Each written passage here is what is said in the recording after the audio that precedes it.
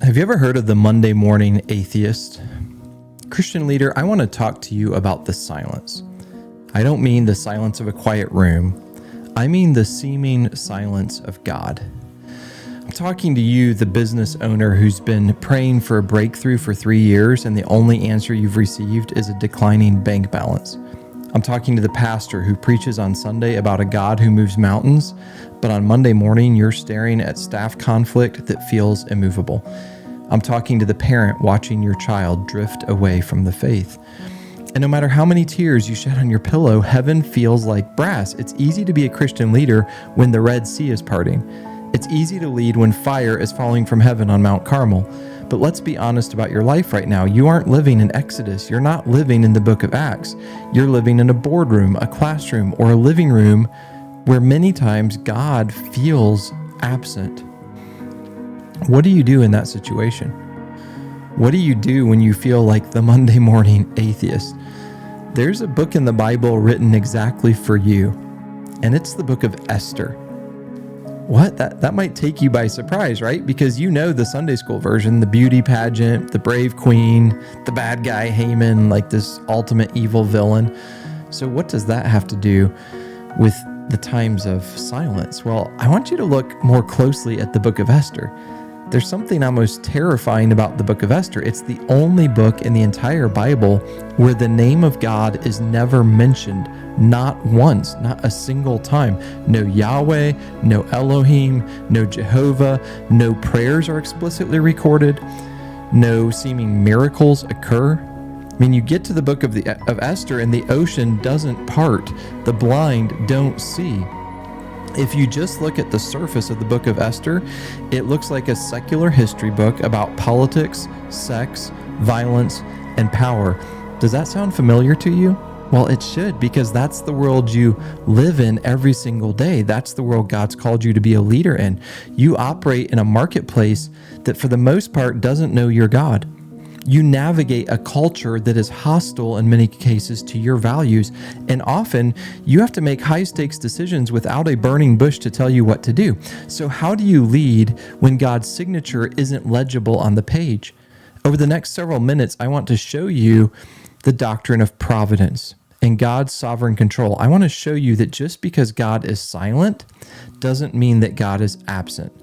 In fact, in Esther, we learn that God often does his greatest work in the dark. If you're ready to quit, if you feel alone in your leadership, stay with me. We're going to decode the invisible hand of God in your life. So my first point is from the first 2 chapters of Esther that the chaos is the setup. The chaos is the setup, this invisible hand of God. If we drop into the world of Esther in chapter 1, we're in Susa, the capital of the Persian Empire. There's this superpower nation. King Xerxes is on the throne.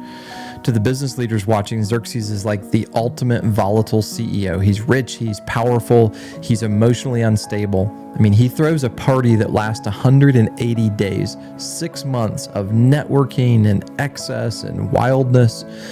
And in the middle of this drunken stupor, he demands for his wife, Queen Vashti, to come out and to show off her beauty. He's going to parade her around in front of his friends. Look at my gorgeous wife. And she shockingly says no. She has dignity. She won't do it. And because she says no, Xerxes fires her. He divorces her. The empire's in chaos. Now, look at this through human eyes. This seems like a disaster, a broken marriage, a volatile dictator, a moral vacuum. But if you zoom out, if Vashti didn't get fired, there's no vacancy for a queen. If there's no vacancy, Esther, a Jewish orphan girl, never gets into the palace. If Esther never gets into the palace, 5 years later, when the genocide order comes, the Jews have no advocate and they're completely wiped out. So here's leadership lesson number 1. Your current chaos is often God's setup for your future assignment.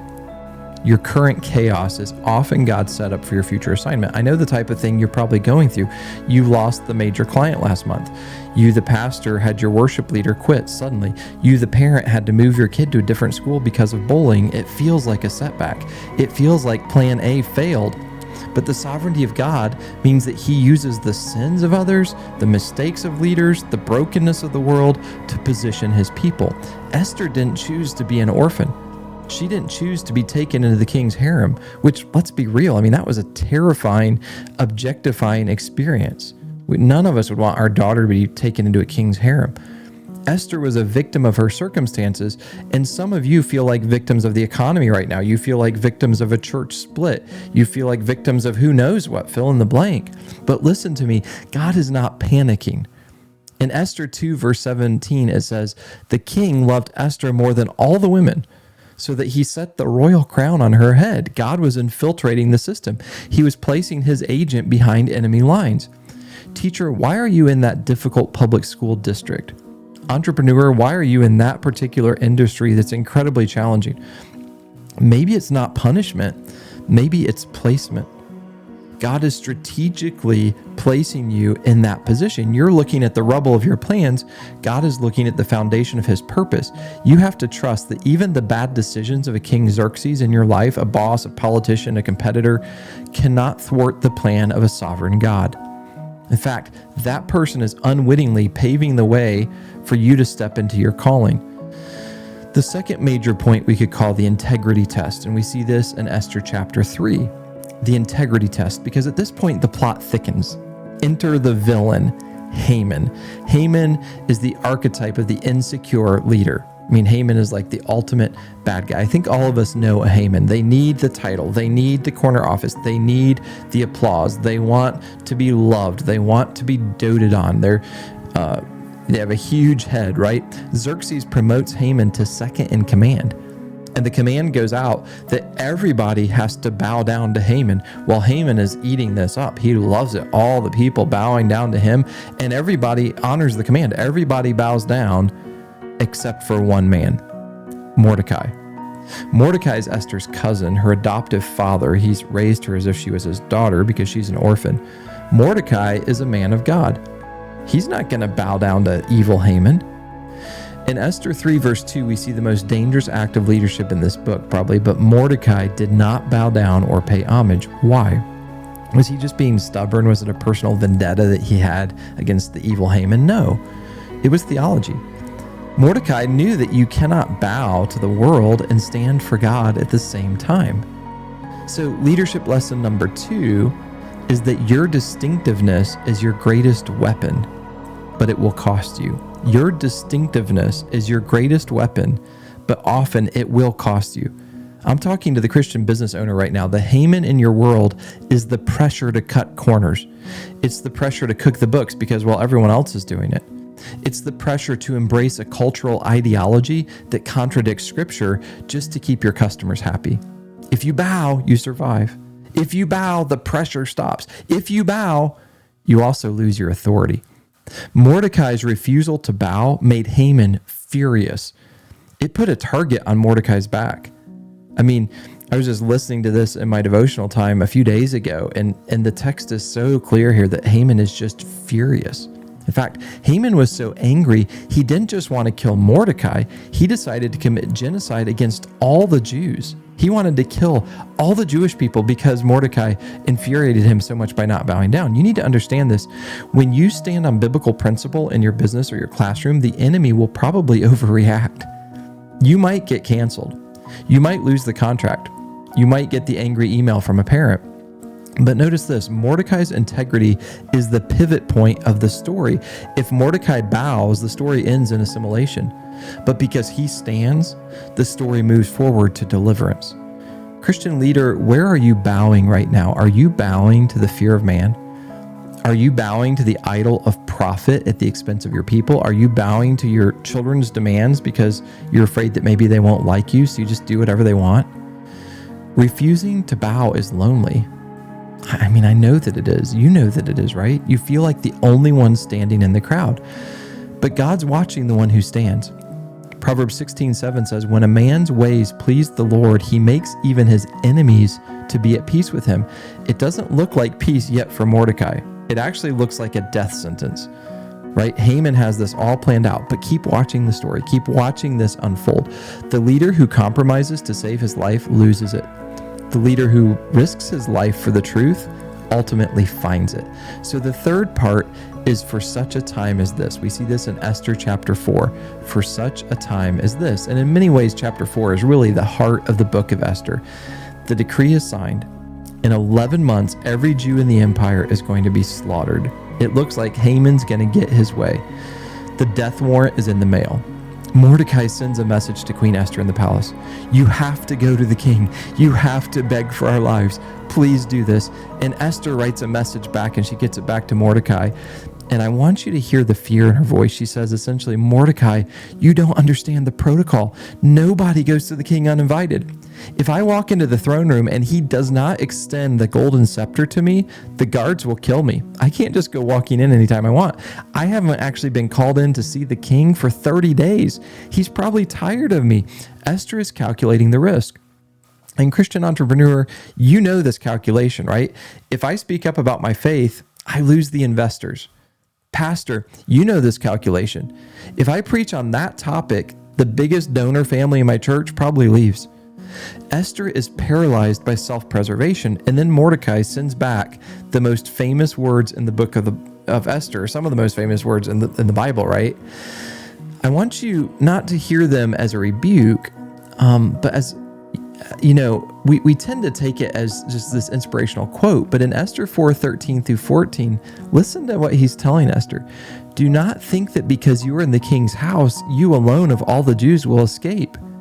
For if you remain silent at this time, relief and deliverance for the Jews will arise from another place.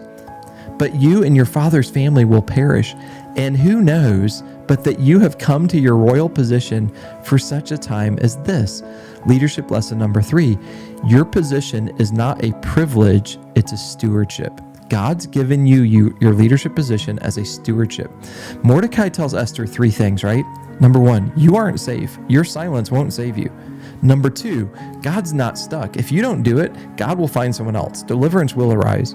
Number 3, this is your moment. Why do you think God gave you the crown? For the jewelry? No, for the influence. Now, leader, I need to ask you a hard question. Why did God give you that business? Why did God give you your children? Why does God give you that pulpit? Was it so you could be comfortable? Was it so you could build a big retirement fund? Or did he place you in that leadership position because God knew that a crisis was coming and he wanted a servant in that specific room? You're God's mole in the organization. You're God's representative at that school board meeting.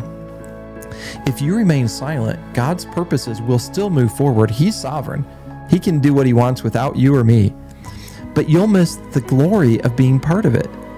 Esther's response is the moment she transforms from a beauty queen into a warrior. Verse 16, I will go to the king, though it's against the law, and if I perish, I perish. That's powerful. If I perish, I perish. In many ways, that's the motto of a Christian leader. If I lose the business, I lose the business, but I won't lose my soul. If I lose the popularity, I lose the popularity, but I'm not going to lose my children to the world. You cannot lead if you're afraid to die. You can't lead if you're afraid to lose. The spiritual authority begins where your self-preservation ends. 4th point, I'm going to call this one an interesting name, the insomnia of God. Right? Do you remember this? Esther prepares, she fasts, she prays, she goes to the king, he extends the scepter, amen, she's alive, wonderful. But she doesn't ask for the heads of her enemies yet. She invites the king and Haman to a banquet, and they come, and the king asks her, what do you want? I'll give you anything you want. And she says, come to a second banquet. It's strategic patience, right? But between the first and the second banquet, something really incredible happens. You see the sovereignty of God in this. In some ways, it's the pivot of the entire book. God's sovereignty flexes its muscles in this chapter, right? In Esther chapter 6, verse 1, it says, on that night, the king could not sleep. Think about that. The fate of the Jewish nation hung on a case of insomnia. Because the king couldn't sleep, he asked for the history books to be read to him. Maybe you feel like history puts you to sleep as well. The books are being read, all these history books, and the reader just happened to open to the page where Mordecai had saved the king's life years ago. This is an event we read about in chapter 2 of the book. He happens to open it up. Mordecai saved your life. And the king says, hey, did we ever thank this guy? The servant says, no. As I look at the records, this guy was never appropriately thanked. At that exact moment, Haman is walking into the courtyard to ask permission to hang Mordecai on a gallows that he just built. The king calls Haman in and asks, hey, what should be done for the man that the king delights to honor? Haman in his arrogance thinks for sure, oh, he must mean me. I'm sure he wants to honor me. So Haman says, put a royal robe on him. and put him on the king's horse and parade him through the city. Do this for the man you want to honor. And the king says, hey, great idea. Go do that for Mordecai. You lead Mordecai through the city. Can you imagine Haman's face? He has to lead the horse of the man he's trying to kill. He just built a gallows to hang Mordecai on, and now he's leading him through this city. This is what happens to the man the king delights to honor. Leadership lesson number 4, God is working the night shift. God does not slumber or sleep. He's got you covered. While Mordecai was sleeping or praying, and while Haman was plotting, God was disturbing the king's sleep. Now think about this. If you're a leader struggling with anxiety, I know you're lying awake at 2 a.m., staring at the ceiling, worried about the numbers, worried about the diagnosis. I want you to know that while you're worrying, while you're waiting, God is weaving his master plan. The coincidences in your life are not really accidents. That seemingly random email you got, the flight that got canceled, the person you bumped into at a coffee shop, God is sovereignly weaving together all the details of your life. It's the invisible hand of providence that we see all throughout the Book of Esther, right? Mordecai didn't campaign for this honor. He just did the right thing and waited. Many of you maybe are trying to force doors open. You're striving, you're manipulating, you're pushing. Stop. Stop. God knows how to wake up the king. God knows how to change the heart of the decision maker. Proverbs 21:1 tells us exactly that. The king's heart is a stream of water in the hand of the Lord, and he turns it wherever he will. Your job is obedience.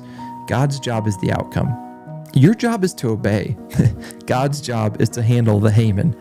Listen, leader, you can sleep tonight.